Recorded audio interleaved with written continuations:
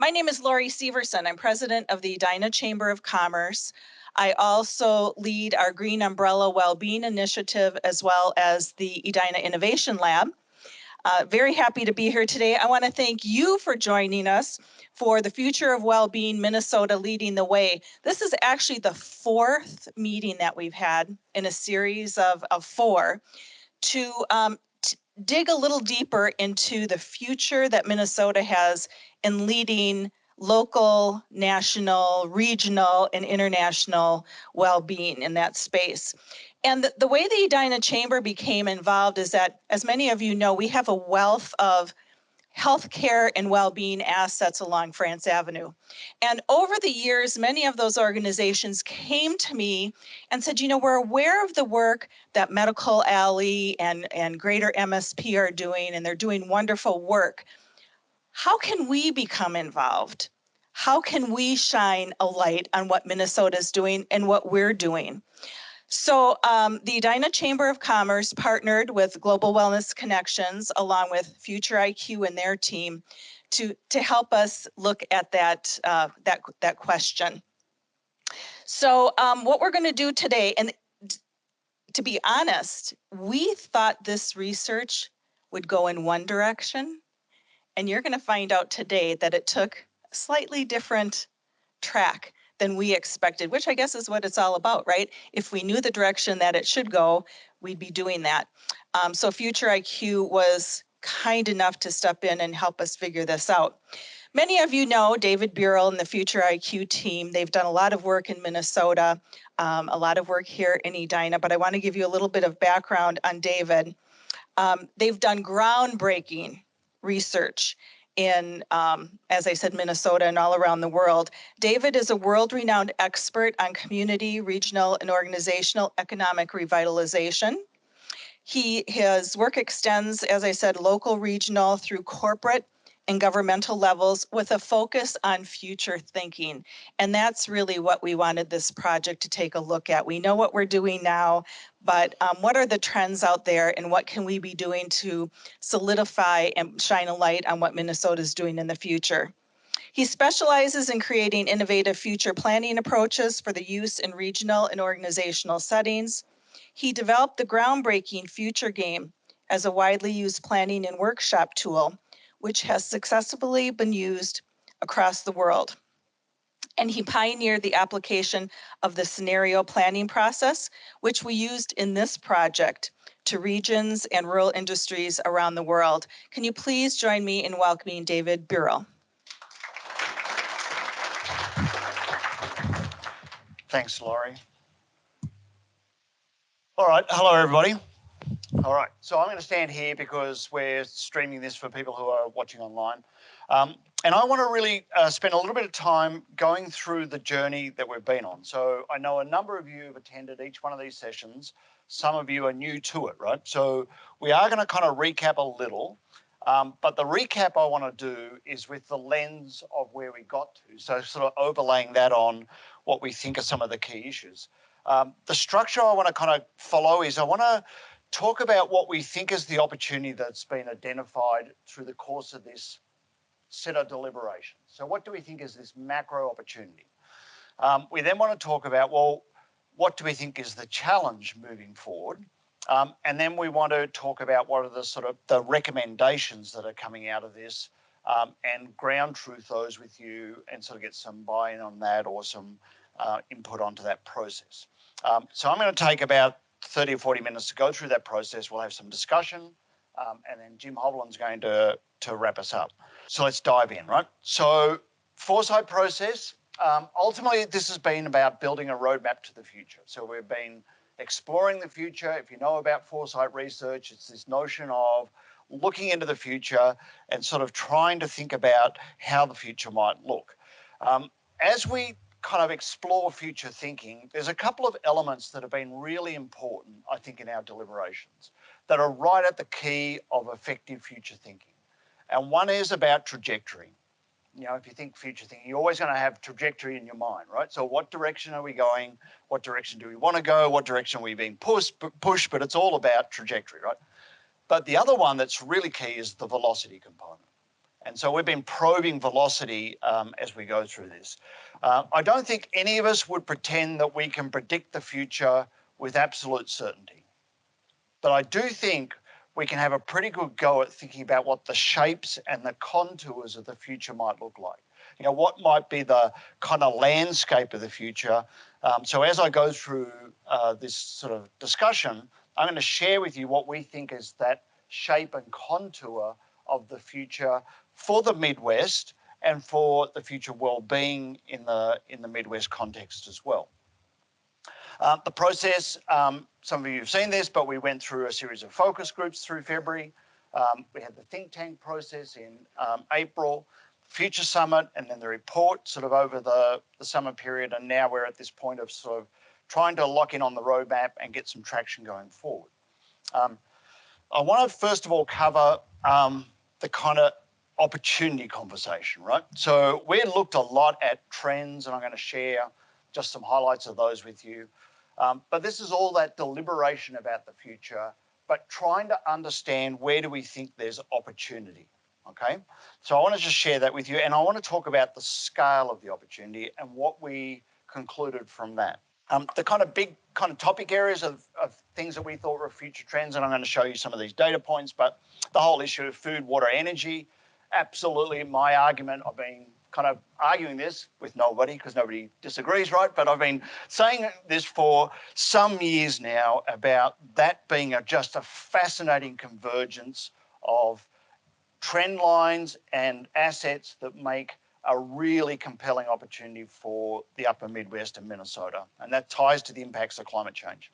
Societal value shifts, population changes, clearly driving awareness and interest in well-being, but so on through a range of different things, including technology and so on. But let me just show you a few things, right? So the macro context, of course, and we talked about this in the think tank, is this notion of mass urbanization that's occurring in the world. And this, I think, is just really important for us to keep in our minds, because if you look at pretty much today, the US is 85% urbanized. And that's in urban environments of 100,000 people plus, right? So if we are at the moment where we are now an urban dwelling species, I think that triggers all sorts of different interests in human well-being and wellness. Because fundamentally our lifestyles change, right? When you go from agrarian to urban dwelling, our lifestyles, what we eat, where our food comes from, our levels of activity, all of that changes because we are living in a very different context. Of course, in this country at least, people are aggregating in these mega cities, so society is redistributing around these mega cities. What's so fascinating is that the Twin Cities is one of those, right? So when you think about opportunity of the future, then this evolution of the Twin Cities, which I know is kind of on some people's minds, and where does it fit as a proposition, becomes really important. But for sure, this mega city and where people live, my view is that that drives change and innovation in lifestyles. And I think the whole argument about human well-being is about our lifestyle. How we live, how we exercise, how we take care of our health, our food, and all of those things, but in a context of a lifestyle that's given by the environment that we live in. The other thing that's at play, right, and this is kind of the velocity piece, there's age pyramids for the US 2022, so current data to what it might look like in 10 years. The boomer influence is clearly fading, right? So the red arrows point to the millennial bubble cohort and the boomer cohort. And if you go 10 years after this, of course, then it fades even more. But at least for the next decade, you have two macro cohorts who have an intense interest in well-being. Boomers, who doesn't want to live longer and healthier and kind of make those last kind of decades really kind of count, right? And the millennials, who are super health conscious and are kind of living a very different life. So we've got those forces playing at least in the next decade, and particularly, I think, for the emergent populations coming through as well. Some other data we looked at too, and this is sort of about the changing shape of society. I find this one actually really fascinating, right? So this is about the percent of foreign-born people in this country, right? The green line is percent, so percent of total population. The bar charts, the purple bars, are the absolute numbers. Now, of course, the absolute numbers increase because the population of the country is increasing relatively significantly, right? But the key part about the green line is that we are almost back to the point of the highest ever foreign-born percent in this country. You know, it peaked way back there in the sort of 1800s or something there, right? 1840 or something, but we're almost back to that. But interestingly, the lowest point is in that period in the 70s, right? And I would argue that the 70s is still a prevailing cultural context that shapes a lot of the kind of values and decision making in society, right? Because the baby boomer kind of influence, right? So, but we've got this rapidly shifting foreign-born percentages, brings more cultures, voices, has different kind of implications for well-being. Another thing we looked at, and I'm going to probe this one a little, right? So this is a chart that looks at housing shortage or surplus across the country, right? So the browns are the most intense shortages is 2019 data, and the blues is where there's a housing surplus, right? And if you can look into that data closely, you'll see that there are a series of mega cities in the US that are experiencing more acute housing shortage, right? The Twin Cities is one of them, right? But there's a piece here that I find intriguing, which is if you look at the other ones, it is like Denver, Colorado, Salt Lake City, Austin, Texas, Washington, D.C., West Coast. What's the narrative that connects those places? That's where all the kind of mobile millennials have been going, right? I mean, they're the go-to places for people who are kind of, you know, bringing talent and perspective and, you know, seeking out these careers. And I don't know that I necessarily would say that the Twin Cities is often included in that cohort in conversations. But at least this data might suggest, well, if it's got an equivalent housing shortage, maybe there's more interesting inbound migration here than we recognise or realise. Okay, so there may be some subsets to that story, but I do think that ties into this value proposition for the Twin Cities and where it might sit in this story about the future well-being and what its appeal might be as a location for people to live and so on. Any perspectives on that? Because when I saw this, I was surprised. I was going like Austin, Texas, Salt Lake City, Denver, Colorado, you know, Portland, Oregon, Spokane, those places.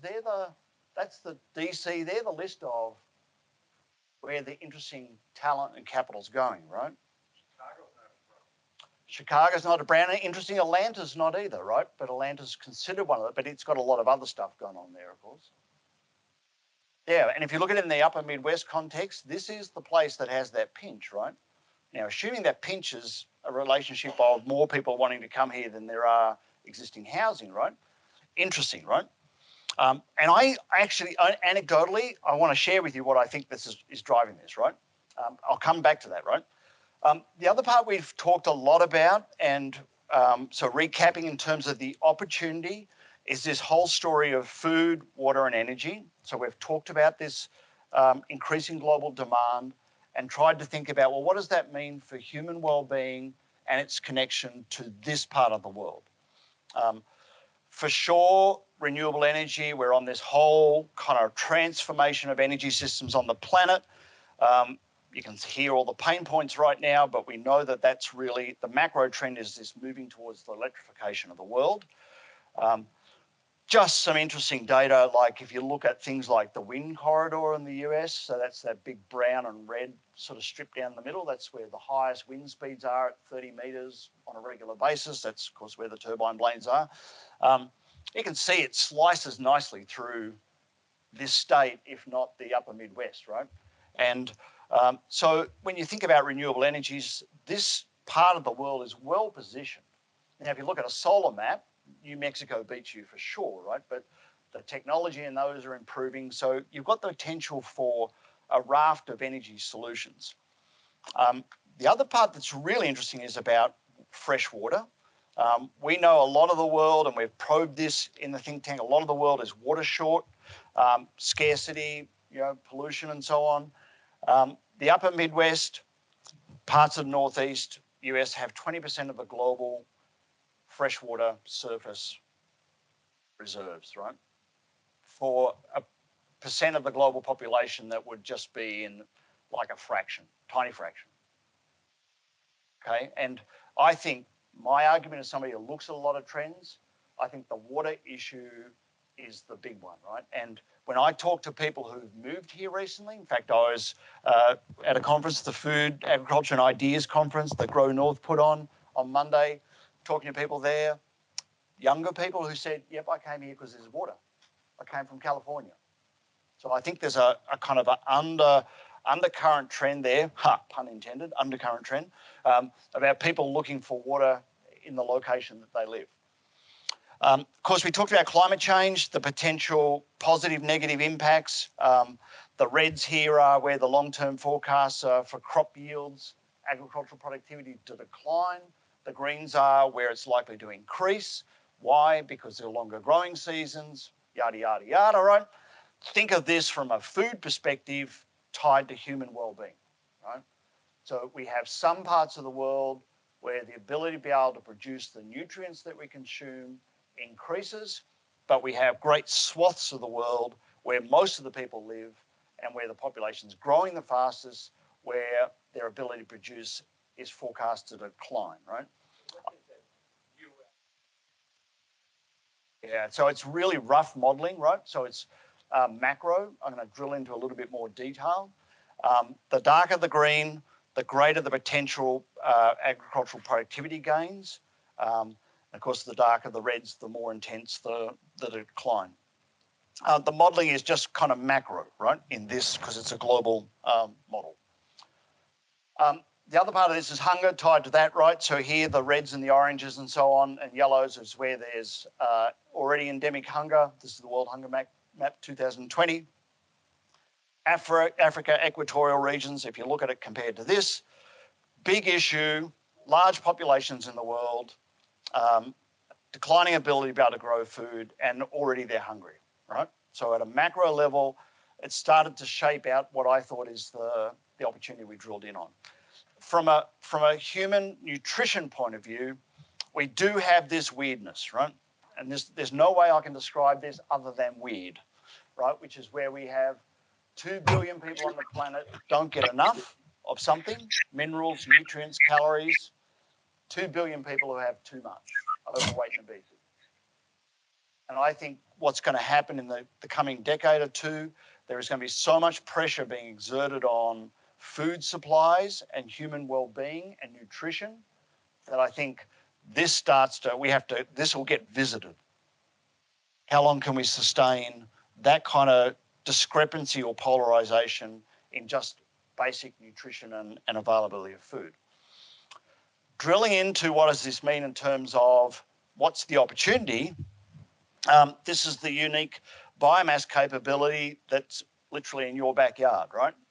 And this looks at biomass resources per square kilometre. So it's normalised to area of land, product capability of production by unit area. And you can see that you're right there in the hotspot, right? And so what I think this has kept pointing to as we go through this process, it draws the lines to this proposition. And then this is another piece here that looks at GDP impact of climate change in the US over time, right? And the red is where the forecast is for GDP destruction. In other words, declining GDP, and the green is where the forecast is for increase. And if you talk to people, and I was in Vermont last week and talking to people in Marquette and Pacific Northwest and so on, they are already seeing people who are buying chunks of land in case, right? So I would make the argument that I think we're right on the tip of a migration pattern change, right? And it's almost like every day that data gets a little bit more reinforced. So the modeling's still pretty early, right? And it has various timeframes. I think this original stuff looked at like a 30-year trajectory, but what I keep seeing is it getting updated and drawing closer together, right? So the GDP destruction is a function of things like loss of productivity, human productivity because it's too hot, but also things like the cost of dealing with catastrophic weather events, okay?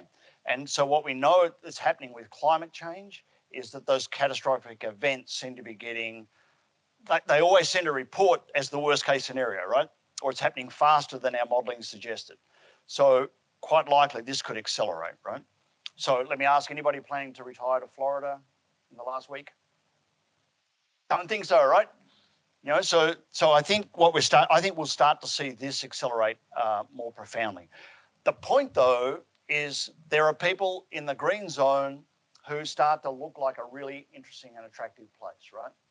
And my argument is, we go through this, I think what we're starting to build is this perhaps this proposition of, you know, food, energy, water capability, you know, perhaps, you know, improving environmental conditions and improving GDP impact because of climate change, right? And I keep looking at that upper Midwest, right, when I look at this. Of course, then there's the whole acceleration of technology. So I just want to hit on this just for a second, and then I want to sort of get to the recommendations and so on. We know that things like artificial intelligence are accelerating. We've probed that pretty strongly. There is this big issue of thinking about, well, if we're going into this digital transformation, next wave of, you know, industrial revolution, artificial intelligence, are we terrified or are we excited about that, right? And so we could probably round up the room and separate it in two groups, and depends on what the topic is and how you feel on the day. It could be grand solutions for us, or it could be grand challenges. If we take the grand solutions piece and think about how does that tie to opportunity, this region becomes interesting. This is my last slide on the macro trends, right? And this is more kind of current, right? So really just thinking the last couple of months. So if you think of innovation landscape, because for sure one of the things we've been talking about in the future well-being and the opportunity here is the speed of innovation, or the ability for this region to have global leadership in innovation, in well-being and medical technology and all of that stuff, right? This is actually some data that was kind of projecting into 2020, and it looks at the high-skilled and technology-intensive manufacturing exports, right? So not a bad way to think about underlying innovation. 3 big clusters in the world, China and Asia, Europe, Germany and the UK predominantly, and the US. And I think it's worth thinking about what's going on in the world right now and how this might change or enable innovation in this part of the world. So, because people argue that innovation here, medical alley, medical devices, innovation around health and well-being here is a big part of the value proposition. Let's look at it in the macro sense for a minute, right? So if you look at China, it's interesting, right? Because they're turning inwards. There's been a lot of work in the last couple of years to stop them stealing technology from other parts of the world. You know, the Defence Department here has led a lot of that kind of intervention. It's more problematic. There's more kind of tension in that landscape. So China's kind of almost inevitable trajectory to become this sort of dominant innovation centre and global economic power, I think, is kind of somewhat getting corralled, right? You draw your conclusion on that. My observation is that's currently kind of getting clipped a little bit on the wings. If you look at Germany and the UK, not feeling so great about those places, right? UK seems to have lost its way, right? They just seem to be sliding into economic and social turmoil. It's going to have a big impact on their ability to be able to invest in innovation. You look at Germany, well, they're turning off the taps, right? So it's going to be a tough winter. It's going to hit the industrial sector the hardest, and I can't see that being a short-term phenomenon. You know, even if the immediate conflict with Ukraine and Russia gets resolved. There's a massive rebuilding program. I mean, their attention's going to be all focused internally for some time to come. US, a little different, right? And what this reminds me of in a historical context is post-Second World War, when a lot of manufacturing capacity was basically destroyed in Europe and Japan, and the US was left standing. And if you look post-Second World War, there was a period of extraordinary innovation and technological progress in this country, right? Are we maybe seeing a set of conditions that could create a mini version of that? I don't know. My assumption is I look at that and I go, I kind of be interesting, right? US is better than most at coming out of a crisis of some sort. It might create this macro conditions for something interesting to happen here. Right. So out of all of that, right, the underlying opportunity that I think we've kind of drilled in on is that Minnesota has a compelling opportunity to contribute to the future of human well-being. And I don't think, and we've tested that, and we haven't had anybody really push back on that in a significant way. But it does seem that there is this compelling opportunity to be a significant contributor in this whole topic area. The other one is the opportunity to leverage the productive capability of the natural resources. How we do that and what that looks like, I don't think we've really figured out. But the basics seem to be there. That food, water, energy, innovation capability, that set of resources seems to create this sweet spot. If somehow we can get that right, that could get really interesting. And then the last one, which might be kind of a little bit more out on the skinny branches, right, is the potential for this being a location as a sanctuary for human well-being. You know, quite probably a lot of the world's going to face very stressed conditions. And this will be one of the few places in the world that may not. Even if you look at where agricultural productivity is forecast to increase, a chunk of that's the Ukraine and Russia. And I wouldn't consider those sanctuary locations right now. Okay? So if that's right, if there is this kind of notion of it being a sanctuary, what does that mean in terms of how you capture that, or what does it mean for the future of the Twin Cities, the Upper Midwest, and so on? I think that's what we've been really probing. People are not going to be starving. They're not going to be short of water.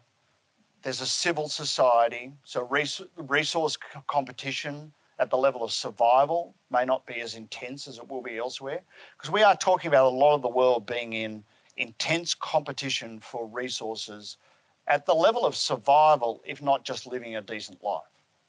What I kind of look for is if I see like a half a dozen things that are seem to be small but odd, but if there's kind of like, if that's the start of some emergent trend, then how do we go, okay, how do we capitalize on that, right? Is there, like if you even look at Bemidji, right? So what's Bemidji's phone area code? Something or other, whatever it is, right? 218 relocate, right? So that's their tagline, 218 relocate, right? So it's like relocate there, and if you look at it, it's because it's you've got the workplace transformation, but you've got this outdoor recreation, and for sure they're going to be moving into that. We're a haven kind of location for quality of life and so on. Talking to people who are in some of the waterfronting locations in the north, they're already seeing growth that's exceeding what they've experienced in the last 20 years, right? So big picture, we think there's a compelling opportunity there, right? Then, of course, you go, well, what's our challenge, right? Because the opportunity defines the challenge to a large degree, right?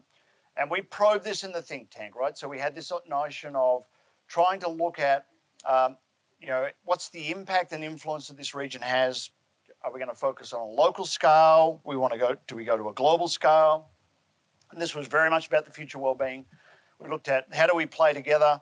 Is it, what's our collaboration approach? Do we play to our strengths, or do we want to build a really highly functioning ecosystem where resources are shared and you create innovation, right? And the green on the left is where people said, at the think tank, said, well, this is where we think we'll go if we don't do anything different, right? This is where our normal behaviour and kind of trajectory will take us. And the blue was where people said they would prefer to see this region end up. And what is really interesting is you've got a big push on the trajectory to that upper right and a fair gap, right? So that implies velocity and sense of urgency, but pushing on ecosystem collaboration and global scale. So if we think about that opportunity defining the challenge, then of course the question is, how do we build strong local appetite to pursue a leadership role in global health and well-being? There's a desire there, but how do we build that appetite where people actually throw their shoulder to the wheel and do the work to create those investments or whatever that we need to. The other part there is a local desire to build a robust collaborative ecosystem to spur innovation. And ecosystems are really interesting, right? Because they take a lot of work to build, right? And they're high trust environments, right? So how do we build this when we already have some siloed type approaches, right? So that's the sort of the point. Then we went into the Future Summit, of course, and we looked at action areas, right? So what came out of that was this clear desire to build on Minnesota's strong collaborative ecosystem environment. So people said, yep, we can do that and we want to do that. This notion of deepening the global fluency, so that ability to be able to be a global player requires some sophistication in being able to, or some fluency in being able to get a seat at the table of big important conversations, be able to put forward your proposition and so on. Fostering this notion of a global destination location. Interesting use of words on the next one. Aggressively pursue and build Minnesota's existing bio and health economies. Again, how that actually happens, I don't think is in clear focus other than that's seen as a compelling need. And then this notion of being a role model region in wellbeing services and technologies. And that basically was what surfaced out of the Future Summit. The recommendations in the report, so I just want to walk through these and then kind of get your reaction to these, right? Anybody read the report, by the way? You all got it, right? Okay. Sorry? They don't have it yet. Okay, all right. Well, okay, so in the report, right, there are these set of broad recommendations, right? So these are like, you take all that and you say, okay, how do we now activate that and start to put that into sort of momentum, right? So one is about building support for a 5-state Midwest wellness corridor. I want to talk about that. This idea of intentionally building a strategic roadmap to activate the corridor. So one is to build support for it, one is to activate it. Figuring out how to leverage the resources and the role of those resources in the future wellbeing at a global scale. And then pursuing efforts to globally connect the region's wellbeing ecosystem together, right? So let's walk through each one of these, right? And what I might do is walk through the 4 and then we'll come back to the first one and get comments and input, right? So, but let me go through the 4 first of all, right? So this whole idea of this 5-state wellness corridor. So this is something that, Laurie, you pointed to, that there were some things that sort of came up or developed that were a little bit surprising, right? So one was, it started off as Minnesota leading the way, right? But I think when we look at the scale of the opportunity at a global level is not just Minnesota, it is really the upper Midwest. It is this 5-state kind of conglomeration is where the deepest perspective, I think, of that opportunity resides, and ties to your social connections, right? So you might say, well, why isn't Illinois and Michigan in there? Well, they might be your competitors rather than your collaborators, right? So, we can have that discussion and debate, right? But these 5 states seem to make sense in social ecosystem, social values kind of context and perspective. And the idea was to then start to assign the Global Wellness Connection Steering Group to begin an engagement process to start to draw in those 5 states. So if you look at the kind of larger health ecosystem, you've got some pretty interesting players in that 5-state area, right? So that was the primary initial recommendation. The next one is, okay, I think we've framed an opportunity, I think we've framed this challenge. Now we need to lay out the roadmap, right? So some sort of a thought leader, advisory group, and we're going to talk about this sign-up sheet. So we're going to ask people who want to be interested in being part of this to actually do the work to think about a really implementable strategic roadmap that would progress the creation of a Midwest wellness corridor, right? And so that's going to be the group that has to do the thinking about how the hell do we get these players to come together? What is our approach? How do we tackle these big issues? And so on. Third one is leveraging the region's unique natural resources and its role in human well-being.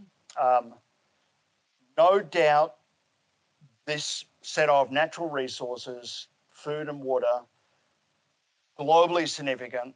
That's not going away.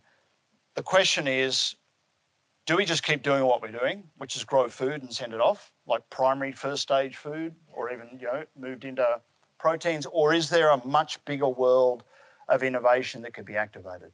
It is interesting that the number of startups that are here that are doing interesting things around food innovation, but could that grow exponentially?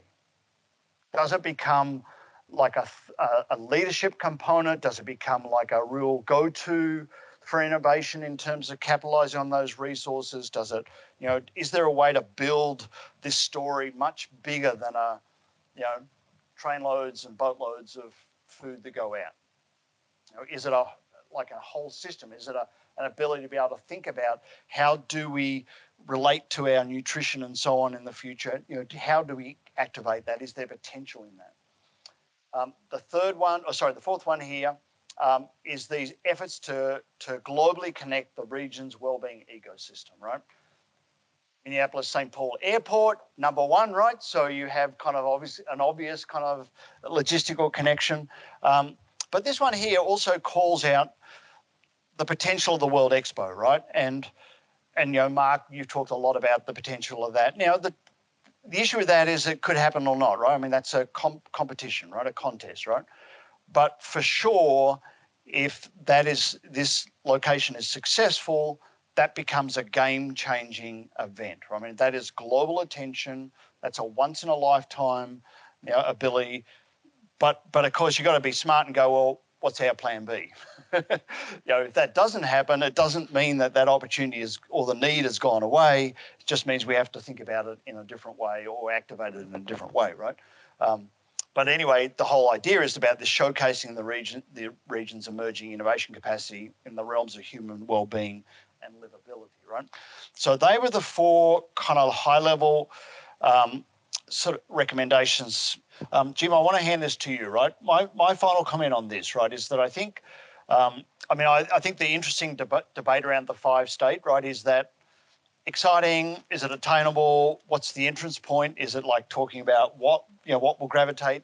Do we burn our energy on trying to get the governments together, or do we focus on the sort of ecosystem and the players? I mean, I think they're really good, interesting kind of implementation strategy sort of conversations. I do think if you look at this process from February through to now, though, what it seems to have done, right? And I think we can say this with some confidence because there's no pushback, so straight face test, right? Is that it has articulated an opportunity that seems to resonate with people, that people seem to go, there's clearly something there, right? And I think it has gone through a process of articulating the opportunity and identifying what are the behavioural or the structural things we need to be thinking about. So this notion of collaboration, this notion of finding a way to exert influence at a global kind of perspective, but getting our act together to do that. And then I think there's some really good building blocks here in terms of steps to go down that path. So I don't think, I think it's just like it's really interesting the way that kind of conversation is mapped out, right? The challenge, of course, now is to how do we walk down that path, right? If we go, okay, there is something there, the sense of urgency is fairly grand. We need to kind of figure out new ways to work together, and we need to kind of build our fluency in that. Then how do we do that? And I think they're the next steps. So, Jim, I know you had a couple of comments you want to add, and I'll flip over the slides for you as well. So I think everybody knows Jim Hovland. He's been leading the conversation of the Global Wellness Connections, also Mayor of Edina forever, just about. and also is involved with the Minnesota Council of Mayors and so on. But somebody who does understand the regional ecosystem very well. Thank you, David. I think in true Minnesota fashion, what we need to do first of all is express our gratitude to, first of all, Future IQ, David Beurle and Heather Branding. Thank you so much. This was work that was all done on a pro bono basis. Next, we want to thank our hosts, Microsoft, Christian, Doug. Thank you for doing this. Really a wonderful venue, and all these people that think about the future. Including our own Green Umbrella folks. We've got people from the chamber here that are involved in the innovation lab, people that are active members and part of the board on the chamber here. Thank you. Our partner, also Greater MSP, and I don't know if anybody here is here from Greater MSP, but I want to thank them as well.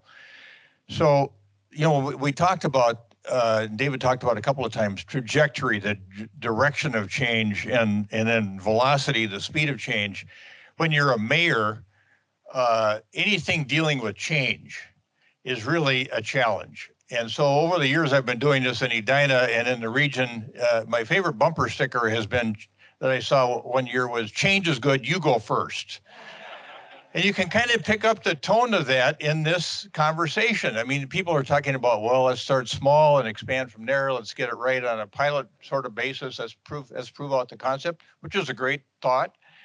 Or let's just go for it, And I can tell you that going for it about a year ago didn't work so well because I wrote to the mayors and all these towns that show up, and I didn't even get a reply talking about how we could work together on these problems that have such global importance. And with respect to this global wellness connections, you think about the prosperity of the planet and the people that live on it. It all depends on their well-being. And that's the reason a few years ago, right at the beginning of the pandemic, a bunch of us got together that had been down in Memphis on a logistics trip now, looking at how FedEx and Medtronic were working together to accomplish supply chain competency, I'll call it. It led us to this conversation about what we're good at and what we're good at home, and then thinking about it as we learned more from David about the attributes of the upper Midwest and what's going to be happening in this world that we're living in, this change that's happening, as Michael says, as an exponential basis, and we're going to be facing this scarcity in water, food, and livable area. What about us? What about us as a region that's no longer a flyover place, but a place that people are going to be moving to? It's a come-to place, not a flyover place. And we can already hear anecdotal stories. We've heard anecdotal stories this morning about people voluntarily moving here, as you call it. And I've heard many of those from some of the realtors up in northern Minnesota, people coming from California, from Texas, coming because they know we're going to have water, that we've got 20% of the world's fresh water. And so as this Global Wellness Connections has been working on a total volunteer basis, and raise your hand if you're involved in Global Wellness Connections, please. It's really a fantastic group that has spent hours and hours and hours. And we've got a structure, thanks to Jay Lindgren and Dorsey, we've got a C6 and a C3 structure. But for those of us that believe in this work and believe in this concept, we need more allies and we need more assistance. We need financial assistance to keep this going because it's all been done on a volunteer basis with actual monetary contributions from some of our volunteers. So think about that. In fact, there's a green sheet of paper. I forgot to bring it up with me that people can hold up. And if you want to get involved with this, you certainly can. Yeah, thanks for holding that up, David. One of the areas that we've been working on is mobility, in addition to the other issues that we've been talking about today, and thinking about how we create this connectivity and the speed of connectivity. In fact, even with the infrastructure bill on a federal level, there's a component of that provides for innovation and transportation, sort of 21st century thinking. And one of those elements is Hyperloop. And I wanted to show you a practical example of something that we're working on at the GWC, and that's a potential connection or the feasibility of a potential connection between the Twin Cities and Rochester. You think about all the people that make that 90-mile trip every day that are going for either for work or for health reasons. That hour and a half doesn't really shrink. but with the possibility of something called Hyperloop. And the company that we've been working with called Hyperloop TT, if we can figure out the feasibility of this and get the monies that we need to study the feasibility of it, which isn't really insurmountable, it's $3 to $5 million, we could create a system that would move underground between, let's say, between the Minneapolis airport and the Rochester airport, not in an hour and a half, but in 12 minutes. The speed underground is about 750 miles an hour. Let's run this video. Imagine a capsule. Imagine a capsule that can carry people. Placed inside a depressurized tube, the air removed to eliminate resistance. Not traveling on rails, but actually levitating above them. Capable of reaching airplane speeds and beyond on the ground. This is a Hyperloop, and it is amazing. Even more amazing, at Hyperloop Transportation Technologies, we haven't been imagining it, we've been building it for the better part of 5 years. And amazing is where we started. We're transforming the passenger experience, putting comfort and safety at the center of everything we're doing. Our reimagined linear electric motor is powered by sustainable solar energy, propelling the capsule on a completely new, incredibly efficient passive levitation system. With these two breakthroughs, our system is capable of giving energy back to the grid. And when something didn't exist, we invented it. Introducing Vibranium, a composite material that monitors speed, capsule integrity, and atmospheric condition in real time, a new benchmark in passenger safety. And we're not done. Our team of over 800 strong, a worldwide intellectual ecosystem of thinkers and problem solvers, tackle each day with the humble goal of changing the world. With its speed and efficiency, the Hyperloop will rewrite the rules of travel and mobility. But that's just one side of the story. There's another side that will have a far greater impact. It's the side that redefines how we connect with one another. Where distant friends become neighbors, countries become neighborhoods. And everybody who inhabits this big, crazy world of ours grows a little closer together. Just imagine that.